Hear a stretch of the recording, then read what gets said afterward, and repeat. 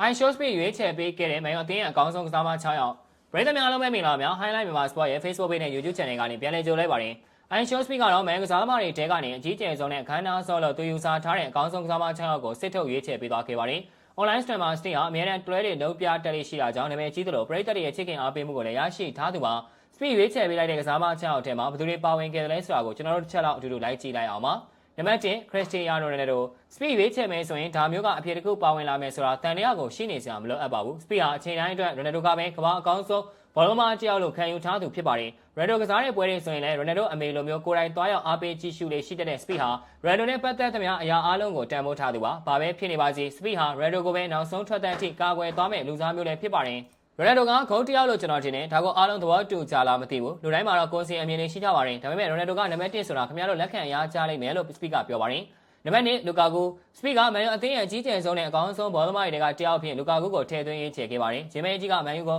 ရောက်ရှိလာခဲ့ပြီးချိန်မှာခြေစွမ်းပိုင်းကထင်သားသလောက်ဖြစ်မလာခဲ့တာကြောင့်မန်ယူပရိသတ်တွေစိတ်ပြတ်ခဲ့ရတဲ့ကစားမဖြစ်ပေမဲ့ Speed ကတော့သူ့ကိုတမိုင်းနဲ့ချီတဲ့ကစားမဖြစ်ထည့်သွင်းထားခဲ့တာဖြစ်ပါတယ်နံပါတ်3 Anthony အမောင် Speed ကတော့စောက်ဆန်းကြီးတွေလုံပြောနေသလားတော့မတွေးတက်ရလောက်ပါပဲအန်တိုနီကမန်ယူအသင်းရဲ့တမိုင်းတစ်လျှောက်အဆိုးအဆုံးကစားမခေါ်ယူမှုတွေကတခုအဖြစ်မန်ယူပရိသတ်တွေအသာမကအားလုံးကသတ်မှတ်ထားခဲ့ကြတာဖြစ်ပါတယ်အခုချိန်မှာတော့အန်တိုနီကဘက်တင်မှာအငှားနဲ့ထွက်ကစားနေပြီးခြေစွမ်းကောင်းတွေပြသနေပါတယ် Speed ရဲ့ရွေးချယ်မှုကတော့သူပြောတဲ့အတိုင်းသာရှိပါစီနော်နံပါတ်4မကွိုင်းယာ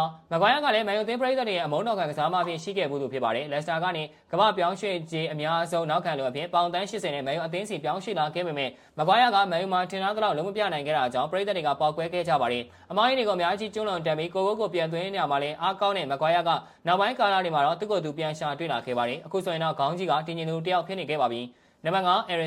Eriksen ကမန်ယူမှာတော့အခုနောက်ပိုင်းပွဲတွေမှာနေရာသိမ်းမရတော့ပေမဲ့ခြေစွမ်းပိုင်းကတော့အနေထားတစ်ခုမှရှိနေဆဲဖြစ်ပါတယ်ဒါပေမဲ့မန်ယူဘက်ကတော့ Eriksen ကိုစာချုပ်တက်လန်တက်တိုးတော့မှာမဟုတ်ပဲရာသီကုန်ရင်အလွတ်နဲ့ထွက်ခွာဝင်ပေးတော့မှာဖြစ်ပါတယ် Eriksen ကတော့အခွင့်အရေးဖန်တီးပေးနိုင်မှုအပိုင်းမှာအတော်လေးကိုအားကောင်းတဲ့ကစားသမားပါ2015-16ရာသီကလေးကစကြည့်လိုက်ရင်သူ့ထက်အခွင့်အရေးပိုပြီးဖန်တီးပေးနိုင်တာဆိုလို့ဒီ brand တယောက်ပဲရှိပါတော့တယ်ပရိသတ်များအနေနဲ့ကတော့ Speed ရွေးချယ်ပေးခဲ့တဲ့မန်ယူရဲ့အကြီးကျယ်အခမ်းအနားဆုံးကစားမ6နဲ့ပတ်သက်ပြီးဘယ်လိုများမြင်မိကြပါလဲကွန်မန့်ကနေပြောပြခဲ့လို့ရပါတယ်ဗီဒီယိုကိုအဆုံးထိကြည့်ရှုပေးခဲ့ကြတဲ့အတွက်အားလုံးကိုကျေးဇူးတင်ပါတယ်